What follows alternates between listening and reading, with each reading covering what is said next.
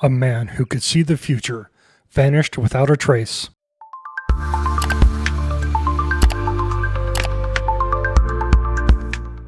Good afternoon, everybody, and welcome to Hidden History. In the late 1880s, a Frenchman named Louis Le Prince was on the cusp of unveiling a marvel, a contraption that could capture life itself, frame by frame. He called it a motion picture camera. Imagine life unfolding before your very eyes, long after the moment had passed. Now, Le Prince wasn't just tinkering in his shed. He was brilliant, meticulous, and by all accounts, he had done it.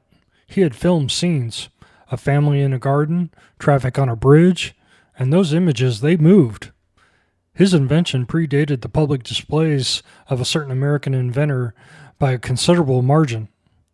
Preparations were underway for the grand unveiling in New York, a moment that would surely etch the name Louis Le Prince into the annals of history. But then, silence. September 16th, 1890, Le Prince boarded a train to Dijon, France, bound for Paris. His intention? To meet family before crossing the Atlantic Ocean with his groundbreaking creation. He was never seen again. His luggage vanished. His body never recovered. The secrets of his miraculous machine? Gone. Theories swirled like autumn leaves in a storm. Was it suicide? Bankruptcy? A bitter family dispute? Perhaps. But another whisper, a darker suspicion, began to snake its way through the world of invention. Across the ocean, in the bustling laboratories of Menlo Park, another man was tirelessly pursuing a similar dream, Thomas Edison, a name synonymous with ingenuity, ambition, and a certain ruthlessness when it came to protecting his interest. Just 2 years after Le Prince's vanishing act, Edison received patents for his own motion picture camera. Lawsuits would later erupt, challenging Edison's claim as the sole inventor. In courtrooms, the name Le Prince would be invoked, his prior work meticulously detailed. His own son would fight for his father's legacy. But fate, it seems, had a cruel hand to play. Years later, after testifying in one such case, Le Prince's son Adolphe met his sudden and violent end.